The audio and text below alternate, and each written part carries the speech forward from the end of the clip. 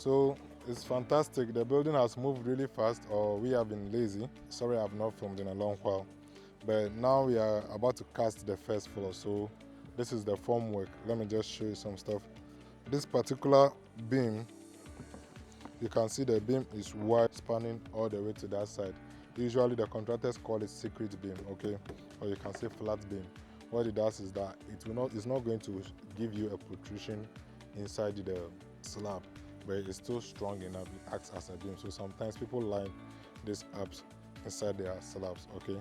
But technically, beams need some depth to be able to work, so you cannot exactly use too many flat beams in the end, okay? Some people are able to put that reinforcement inside the slab as well. Now, you will see that most of the columns here are not square, and most of them have 16 mm. When you are building a story building, try as much as possible not to use 4 bars, okay? Because there's a cross-sectional area that we need, and for domestic, because we don't want the columns to be visible, you do 450 or even 600 columns. Some people do 300, which I don't recommend to my way. 450 to 600 is good, so that you can achieve that cross-sectional area that you need, and then you put 6 bars inside, okay? So it gives you a lot of strength. The other thing about such columns is that it acts as a shear wall, so when there is any earthquakes, but seismic stress, it might not necessarily be an earthquake, maybe some small tremor or anything. This helps support the building. It's able to transmit the load all the way, because the square ones can dangle and dance and those stuff, but these ones act as a shear wall. So you see it in bigger buildings that they have shear walls inside, but at home you will not have the privilege of building shear walls, okay? And the next thing is to use marine plywood. So the thing about marine plywood is it lasts longer, it can sustain the weather for longer, can sustain water, and when you are removing it too, it peels off very smoothly, okay? It peels off very smoothly, and what else does it do? It's stronger, definitely.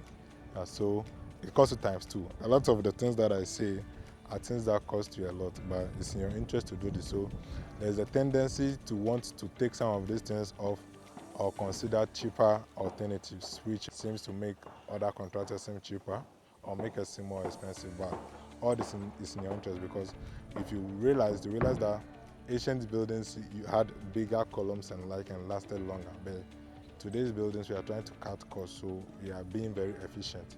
So you have to be careful so that in your bid to achieve efficiency, you don't go beyond the limits of strength and probably have a failed building.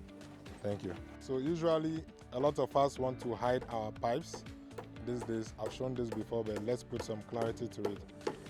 If you want to hide your pipes inside the concrete or inside the walls, you don't want it to show. There are some things you need to be mindful of, because usually you see it somewhere else and you want to copy it, but we did it very, very wrong, okay? So I'll show you quickly. So you have to try as much as possible that it is not buried in beams, okay? And it should not be buried in columns. But what you see a lot of times, it seems as if it is buried in columns, but it's not exactly in the column. So when you see this column, the effective column stress space is here before the pipe is beside it. So it's not exactly inside the column. It seems like it. So you have to make sure that it is not buried inside the effective stress part of the column. The other thing is the beam. You have to be deliberate about it so that you don't bury it inside the beam.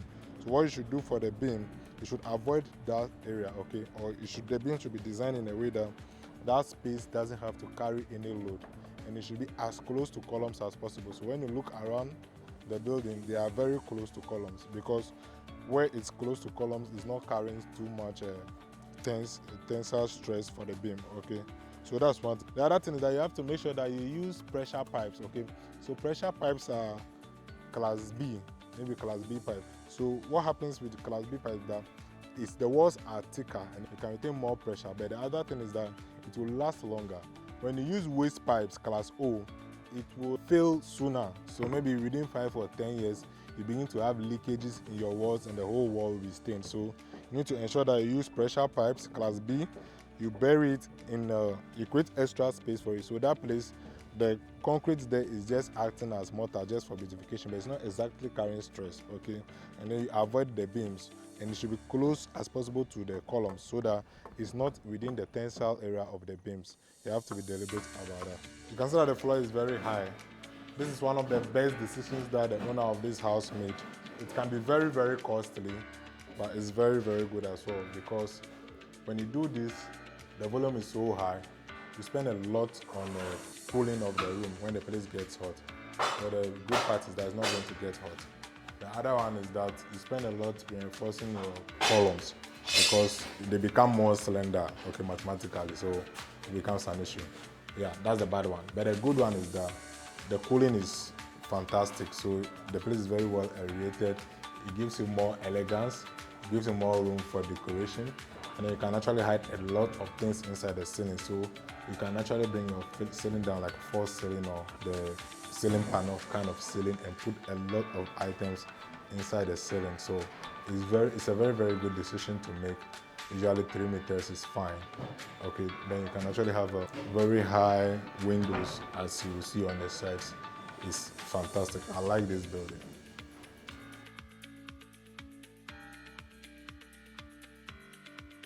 This is the best place to make this video because it has shafts.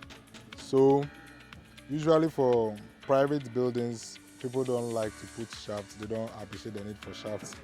As I was saying before, you'll see that people like to bury pipes in beams and columns, and they cut the reinforcement inside the beam, and the column loses the reinforcement that it should have, which is very bad. So what you should do is shafts.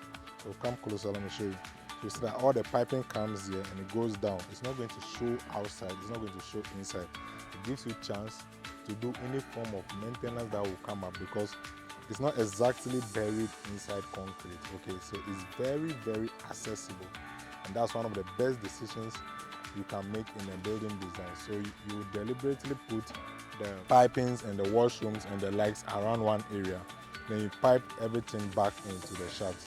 It gives you a lot of room for servicing and maintenance, and you are free from a lot of wahala as the building ages. Okay, thank you.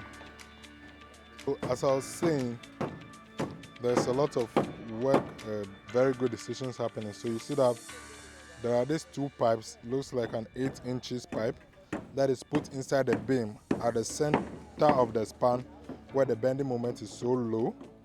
Okay, so that's a very good place to put it towards the upper side, which is not carrying too much bending moment. So what happens is that after this place is casted, this will become ducts that you can now pipe a lot of services through. So you see it, a lot of them inside the beams at the central part. So maybe if the building has a central AC, you can pipe a lot of things through this duct, which is a very good decision to make. Usually you make this decision, you don't have to chisel, you don't have to core a lot of your beams when the building is being serviced with ACs and the plumbing pipes and a lot of other stuff, fiber and those stuff.